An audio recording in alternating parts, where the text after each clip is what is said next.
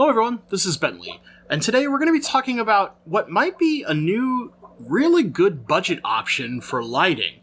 Now first, I want to say a massive thank you to one of my subscribers. It's Kerry. If you've been in a lot of the different fish channels, you've probably seen Kerry around. He's pretty awesome. He sent me this light that he's been trying out, and he sent me a 30-inch one, so I'll be putting some serious testing in on this thing basically starting today. But this is made by a company called JC&P out of Canada, and I mean, I imagine the actual manufacturing is done in China, but the company's headquarters are in Canada, and they're selling these lights on Amazon, and they're cheap. Now, let's talk about what's good and what I can potentially see as bad with this light, and then we'll put it on a tank and see how it actually looks. Okay, so first off, let's talk about the construction with this light. The nice part is that this body, which a lot of you will recognize as a lot of the Chinese lights, and we'll get it some good light, it's actually aluminum. It's not plastic like you would expect. Now, there is some plastic here on the caps, and then it has these kind of standard risers. Like if you've ever had a Beamswork light or very similar lights, they have these kind of similar, just metal rod risers. But the nice thing is that despite these risers being not the greatest in the world, they still work really well. They've got a nice lip that will sit on a lip of a rimmed or rimless tank, and they give you just enough height for typically how these lights are designed. Now, if we flip this over, you can see the LED pattern. So we're not talking a ton of LEDs, but it's also not very few LEDs. And what we should note is that there is color to this. It is an RGB, and you'll see that this is still kind of wrapped, although I've played with it some. This is a little light sensor for the remote. And what you have is on the outsides, you have your whites, and then in the center, you have your color. So you're not going to have multiple colors at once. So if you want to shade the color on this a little bit, like you want some pinks and some blues, you're not going to be able to do that. You're going to have to find a middle ground, I guess, purple light. I would personally suggest using a more red tone or an orange tone. And then you've got good white on the outside. Now, if you don't use the remote, it does have these mode programs here, so a lot like a Phoenix 24/7, which when we show you the remote, you'll get this. It's very similar to that. You have these this is what time of day it is when you're setting the light, and then you can program it from the remote. So let's grab the remote and check that bad boy out. So with the light, you're going to get this remote here, and I'll try and... The camera's probably not going to focus all too well on it, but... you can notice, if I'll bring it up close, see if... Camera? Thank you, camera. You'll notice it looks a lot like a Phoenix 24/7 or the similar kind of knockoffs, if you will, Chinese light remotes. You have the ability to turn red, green, or blue up or down. Your whites, you can simulate a storm, cloudy day, bright sunny day, nighttime. There's a demo mode, which that might be fun. And then you can set it to different times or put it in a 24/7 mode, max, and then complete power off. You can also program a couple modes into this. I'm pretty sure based on the M1, M2, M3, M4, or maybe they're pre-programmed. There's also a couple little extra accessories that come with this thing that I think are actually nice add-ins.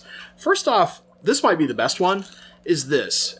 And for those who aren't experienced with one of these, this is a little suction cup feeding ring. So you've got the suction cup, you put it on the side of your tank. These are typically meant for smaller tanks, not like your huge 125s or something, but this particular light would be good on a 20 long or a 29 gallon. That's the size it's designed for. And then this little ring will prevent floating plants from closing in on this center point so that you have an easy feeding port to feed your fish if you use floating plants. Kind of a nice little include. I mean, yeah, it's plastic, and you can see there's foam that helps it float so it stays at the top of the water.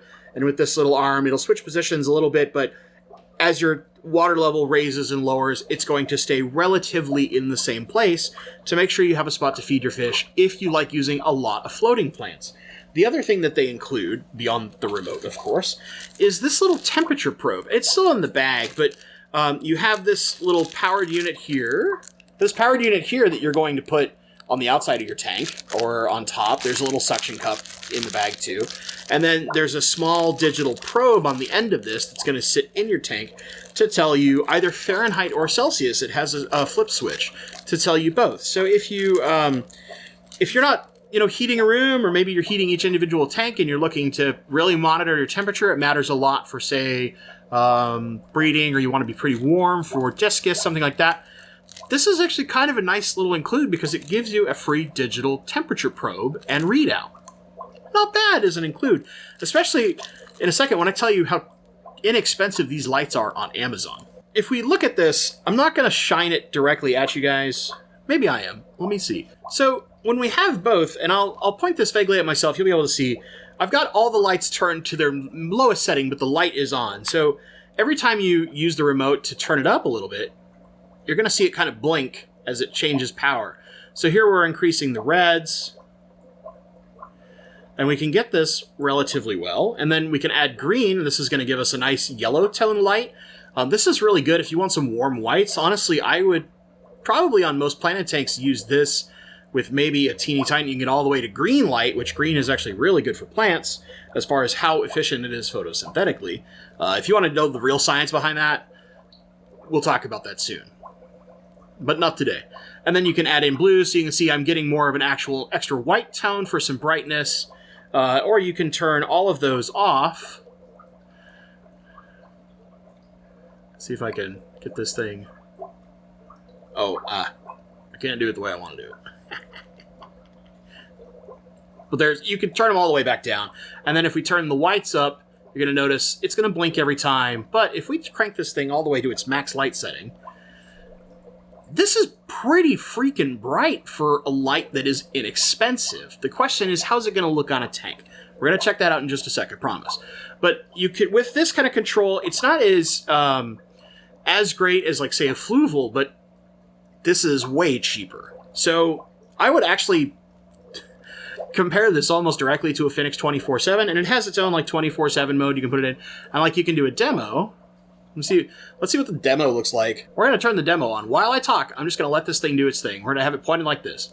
So what I like about this light is it's inexpensive. On Amazon, I think the 30-inch one was like $40. I'll give you an exact price in a second as we watch this demo happen. This is demoing its 24/7 mode. So similar to how you can demo in the Fluval, you can demo in this light. And you can see it starts with a lot of reds early and some yellows, and it's getting lots of bright white. So here's our high kind of noon setting. I'm actually pretty impressed with this cheap little light, especially because it's got an aluminum body. It's pretty well constructed from what I can tell for an inexpensive budget or option. And then we go through the day, we're like super bright. This is kind of the color right here, looking at the LEDs out of the corner of my eye, is more of like a purpley tone. So it's a little bit of blue, a little bit of red. So it's a mix of everything. It's getting a little stronger blue as we get closer, probably toward the end of the day. It's going to start at sunset period. And then slowly we'll probably see some more of that color come in, and it'll eventually go into, I'm assuming, a night mode, which will probably be just some blue.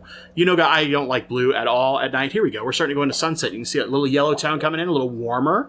I'm actually pretty impressed with this budget version of a 24/7. What I like the most, as far as for a user perspective, is that the remote is very simple and easy to operate. Now, if it had a phone app, this would be insane because it would be a lot like the Fluval, where you'd have a ton of power. And here we are, almost purely night mode, mostly blue. There's still a little bit of white coming out here.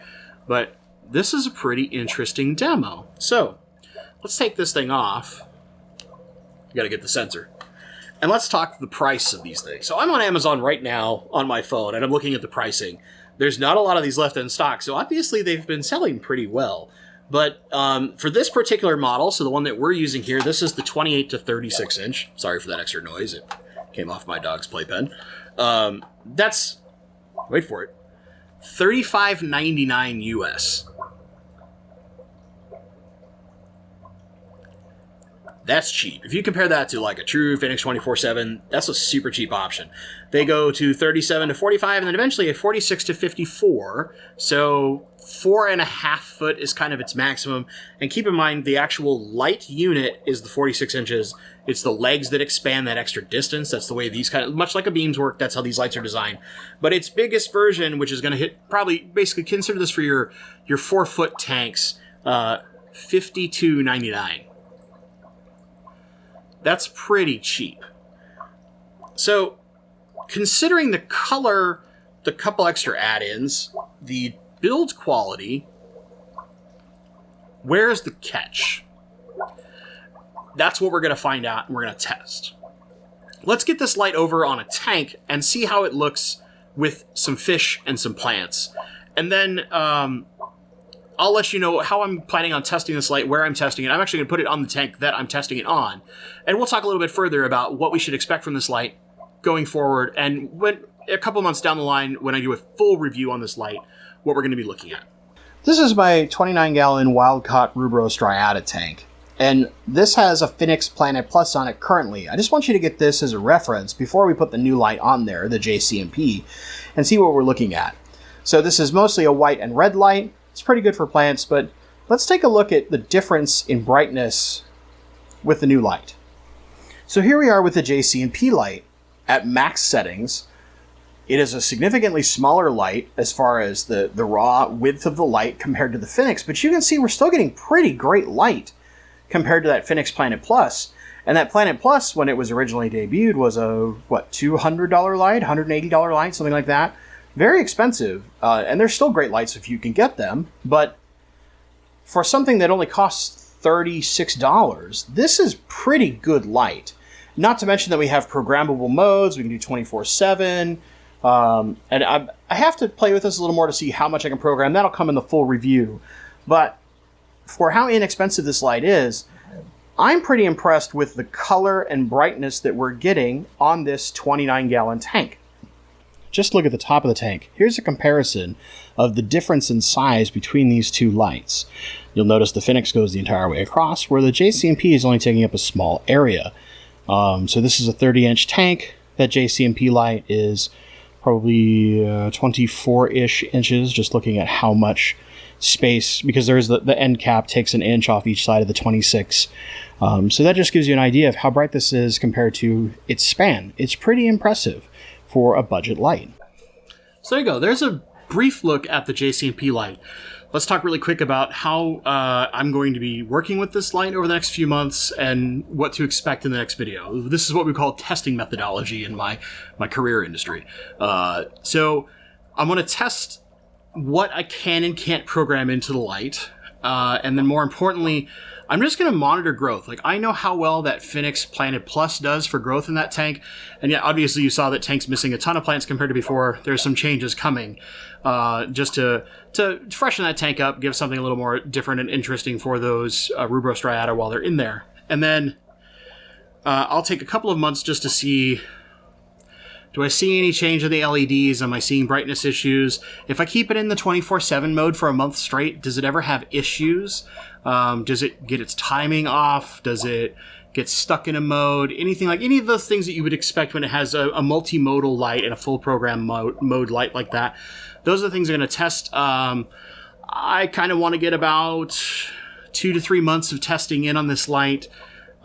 Just raw time on a tank, watching things grow, stuff like that, to get an idea of what this tank will be able to do with that light in the long term and how good these lights really are given their price point. That's the important thing. We need to pay attention that this is a budget option compared to a lot of the other lights we would look at, like your Fluvols, your Phoenix, anything like that. You saw the prices. That light's a $36 light compared to a $150 or $200 light. How much bang for our buck can we get out of these? So far, I'm fairly impressed, but we'll need to see long-term as I test it on that tank, see what kind of growth I'm getting out of my plants, see how my fish look, and more importantly, when I put it through a little bit of abuse here and there, is it going to screw up? Is it going to have problems?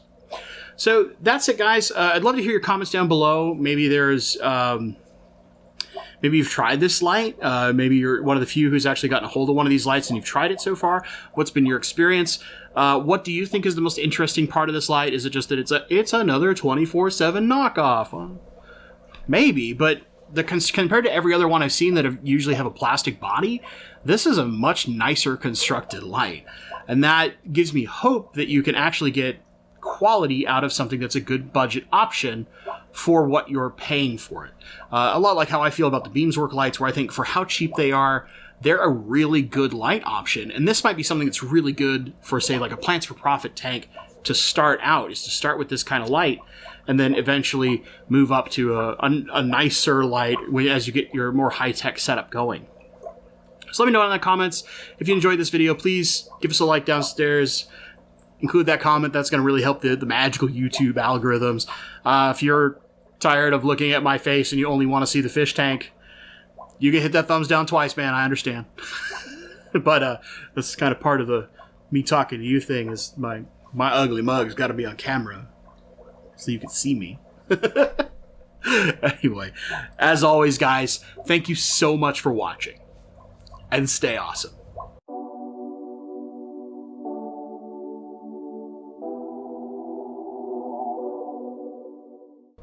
Now, real quick, if you watch this far, a little sneak peek at the end of this video. A couple of things that are coming up. We'll have a Plans for Profit about Bucephalandra. So we got all that sweet boost that you saw in last week's video. That's going to come out.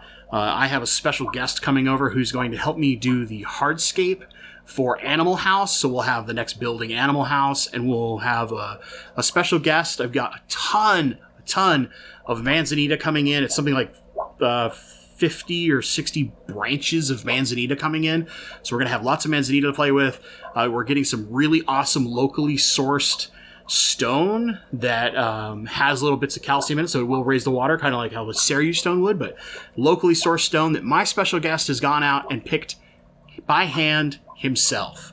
So if you know somebody, maybe you've watched some other channels that go out and pick their own stone and stuff like that, that might give you a clue at who we're going to have here working on Animal House very, very soon.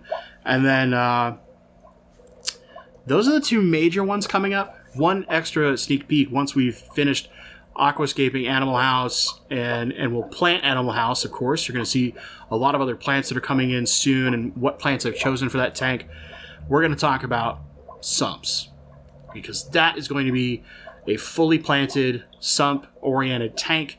And we're going to talk about how I'm loading up a sump with all sorts of mixed media and a lot of stuff that's going into testing right away.